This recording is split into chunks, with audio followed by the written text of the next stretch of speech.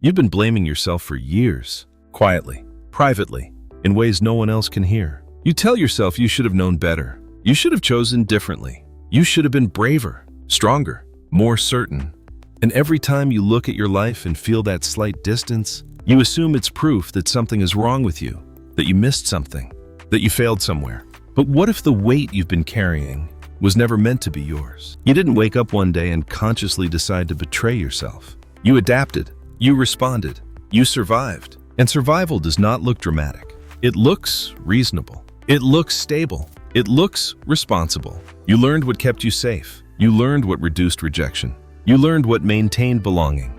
And over time, you became efficient at it. Efficient at functioning. Efficient at fitting. Efficient at performing. But then something subtle happened. You started confusing adaptation with identity. You started saying, "This is just who I am," instead of, "This is what I learned to become."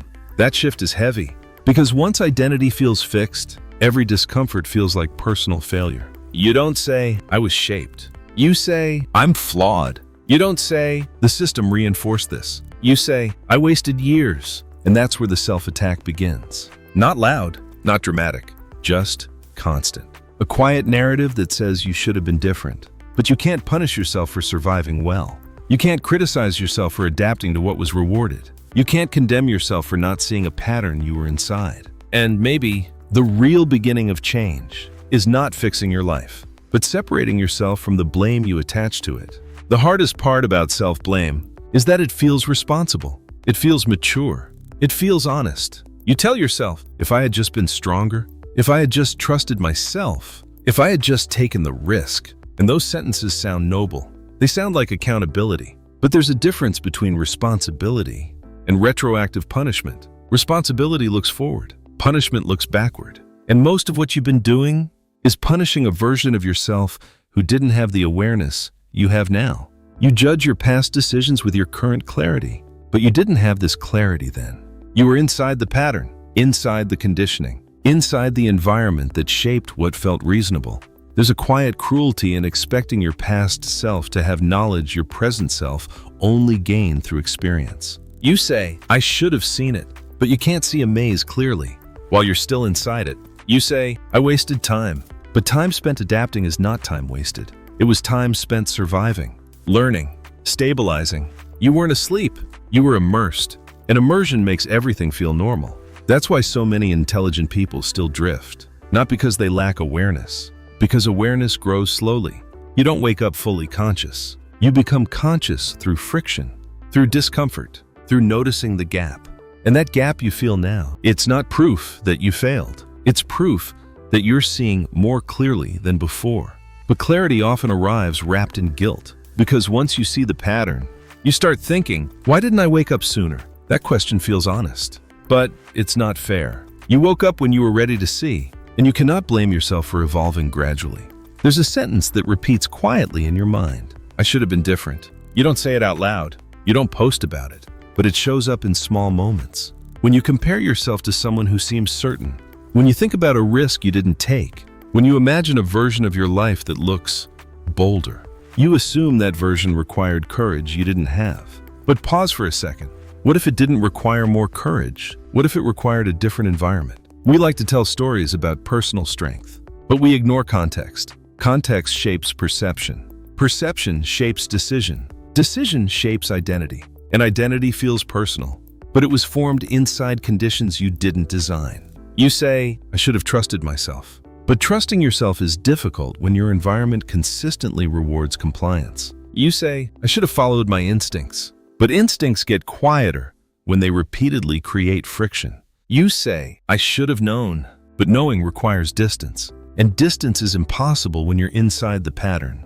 There's something harsh about the way you evaluate yourself. You hold your past self to a standard of awareness that took years to develop.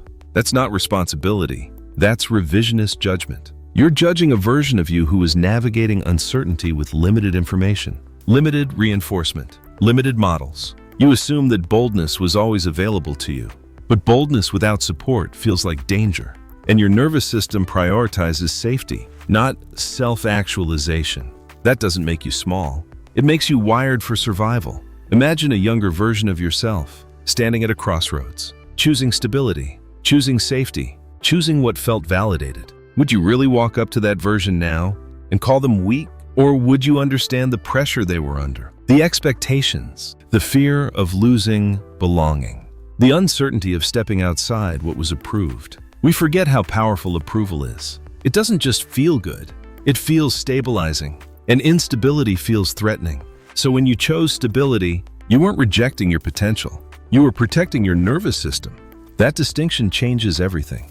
Because protection is not cowardice, it's regulation.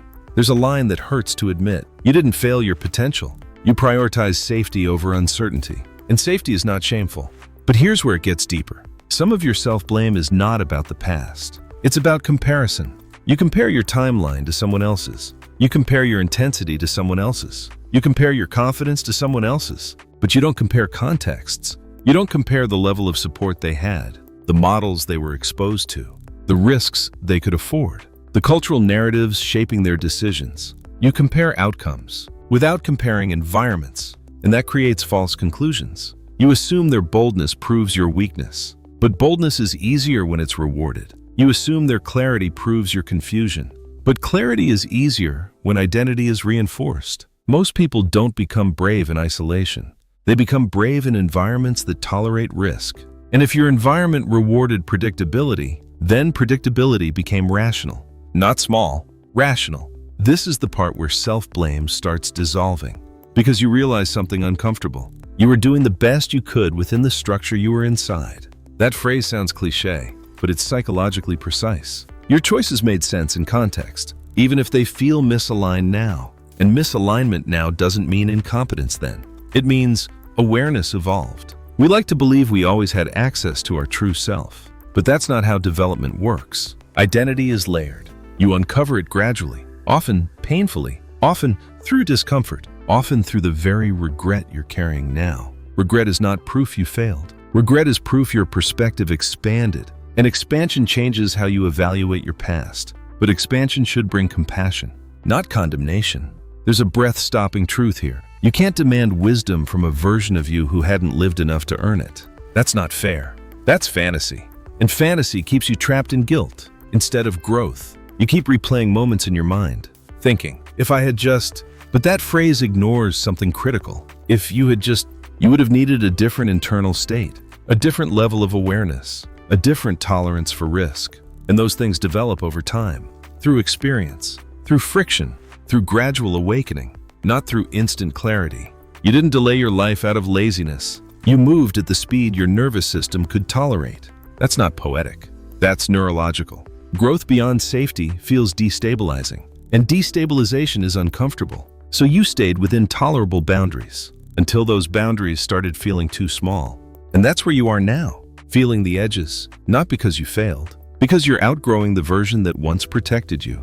And outgrowing protection feels confusing, because protection once felt necessary. There's something tender about this stage. You're not the same person you were when you made those decisions. You see more now. You question more now. You feel the gap more clearly now. That doesn't make the past version of you foolish. It makes the present version of you more aware. And awareness doesn't attack the past. It integrates it. You are not behind. You are unfolding. And unfolding doesn't follow comparison. It follows readiness. So if there's a part of you still whispering, I should have been different, pause and ask a different question. Given who I was then, given what I knew then, given what was reinforced then, was I really failing or was I adapting? And if you answer that honestly, you might feel something shift. Not dramatic relief, but softening. A loosening of the grip you've had on your own throat. Because self-blame feels responsible, but self-compassion is more accurate, and accuracy matters. There's a moment that doesn't get talked about enough. It's the moment when you realize you've been at war with yourself, not loudly, not publicly, but internally. You replay decisions. You dissect conversations. You revisit crossroads. And in each replay, you cast yourself as the one who should have done better, should have seen sooner, should have risked more. But here's something difficult to admit. You were never standing at those crossroads alone. You were standing there with your history, your fears, your environment, your need for safety, your desire to belong. You weren't a blank slate making pure decisions. You were a nervous system shaped by context, and context matters. There's a cruel illusion in hindsight. It makes the past look obvious. It makes missed chances look glaring. It makes risks look simpler than they were. But hindsight removes uncertainty. It removes fear. It removes the lived reality of not knowing how things would turn out. When you look back now, you see clarity. But at the time, you saw risk. And risk feels different when you're inside it. You weren't choosing between alive and dead. You were choosing between stable and uncertain, between approved and questioned, between secure and exposed. And your system chose what felt survivable. That's not cowardice. That's calibration. There's a line that might stop you for a second. You were protecting yourself from a future you couldn't predict. And protection is not betrayal. It's care. Even if that care later feels limiting. We don't give ourselves enough credit for surviving quietly. We glorify bold moves. We celebrate dramatic pivots. But most growth is subtle. Most adaptation is silent. Most self-protection is invisible. You didn't sabotage your life. You navigated it with the tools you had. And those tools were shaped by repetition, by reward, by reinforcement. It's easy to romanticize the path not taken. It's harder to respect the path that felt possible. But possibility is relative. What feels possible at 20 is different than what feels possible at 30. What feels possible under financial pressure is different than what feels possible with support. What feels possible in a risk-tolerant environment is different than what feels possible in a rigid one. You made choices within perceived possibility, and perceived possibility is shaped. That realization softens something, because it shifts the narrative from, "I lacked courage," to, "I lacked reinforcement for courage." That's different. It doesn't erase responsibility. It reframes shame. There's a breath-stopping truth here. You cannot condemn yourself for not becoming who you were never shown how to be. That sentence alone changes the weight of years. You weren't given infinite models. You weren't exposed to every version of success. You weren't surrounded by constant encouragement for intensity. You were shaped by what was visible. And visible paths feel safer than invisible ones. There's something almost tender about your past self. Trying to make good decisions. Trying to reduce harm. Trying to avoid unnecessary risk. Trying to be responsible. Trying to be accepted. You weren't trying to disappear. You were trying to belong. And belonging is powerful. It feels like safety. It feels like survival. It feels like stability. So, when you chose what maintained belonging, you weren't abandoning yourself. You were avoiding isolation. And isolation is deeply uncomfortable. There's another layer here. Some of your self-blame isn't just about decisions. It's about identity. You think, if I were truly strong, I would have known. If I were truly authentic, I wouldn't have adapted. But authenticity without awareness is impossible. You can't be authentic to something you haven't consciously examined. An examination takes time. It takes friction. It takes discomfort. It takes the very confusion you're feeling now. So instead of asking, why wasn't I more myself? Maybe the more honest question is, when did I start seeing myself clearly enough to choose? Because clarity doesn't arrive at birth. It emerges gradually, through contrast, through misalignment, through the subtle discomfort you once ignored. And now you're noticing it. That's not failure. That's development. We evolve through awareness, not through shame. Shame freezes identity. Awareness loosens it. You've been using shame as fuel, thinking it would push you to become better. But shame rarely creates growth. It creates paralysis. It makes you look backward. It makes you criticize. It makes you contract. Growth requires something different. It requires truth without hostility. Truth without self-violence. Truth that says, yes, I adapted. Yes, I chose stability. Yes, I prioritized safety. And that was understandable. Understandable does not mean permanent. Understandable means human. There's a quiet compassion available here. Not indulgence, not denial, compassion. Compassion that says, you were doing your best within the limits you perceived. And limits are not weaknesses. They're boundaries shaped by context. If this part of the conversation feels relieving, even slightly, that's not weakness either. That's the nervous system recognizing safety. Because when you stop attacking yourself, your body relaxes. And relaxation is not laziness. It's the absence of threat. For years, you've been the threat. To yourself, you've been the critic, the judge, the one holding the standard of who you should have been. But maybe the next version of you doesn't require punishment to grow. Maybe it requires clarity. Maybe it requires honesty. Maybe it requires understanding the mechanism and releasing the hostility attached to it. You didn't need to be harsher. You needed to see more clearly. And now you do. There's something that happens when you stop blaming yourself. It's subtle, but it's real. Your inner voice changes tone. It stops sounding like a prosecutor and starts sounding like a witness. Instead of saying, "You should have known better," it says, "That made sense at the time." Instead of saying, "You wasted years," it says, "You were navigating with the tools you had." That shift may not look dramatic, but internally, it changes the atmosphere. Because self-trust doesn't grow in hostility. It grows in honesty. And honesty without shame feels different. You begin to see your past self not as a failure, but as a version of you doing the best it could within perceived limits. You stop demanding perfection from someone who is still learning. You stop expecting wisdom from someone who hadn't yet lived through the friction required to gain it. And something inside you softens. Not weakness, softness. Softness is not fragility. It's the absence of internal violence. For a long time, you believed being hard on yourself was strength. That criticism would sharpen you. That pressure would mature you. But pressure without compassion creates fear. And fear rarely creates alignment. It creates compliance. Now you're beginning to see something else. You don't need to attack yourself to grow. You need clarity. You need awareness. You need truth without cruelty. There's a quiet power in being able to say, "I adapted because it felt safe." Not as an excuse, but as context. Context doesn't erase responsibility. It restores accuracy. And accuracy rebuilds trust. Because when you understand why you made certain choices, you stop feeling chaotic. You stop feeling defective. You see continuity. You see cause and effect. You see pattern. And when life feels patterned instead of random, you feel more grounded. Self-trust begins when you realize you are not your worst interpretation of your past. You are the one who moved through it, learned through it, evolved through it. And evolution doesn't happen through self-hatred. It happens through awareness. You didn't sabotage yourself. You survived intelligently, and now you're seeing clearly. That clarity is not dramatic, but it is powerful. Because once you trust your own perception, you stop needing to punish yourself for not being someone else. And that's where something new becomes possible. Not action, not change, possibility. There's a quiet freedom in this realization. You were not broken. You were adapting. And adaptation is not something to apologize for. It's something to understand. For years, you've been carrying a weight that didn't belong to you. A quiet guilt.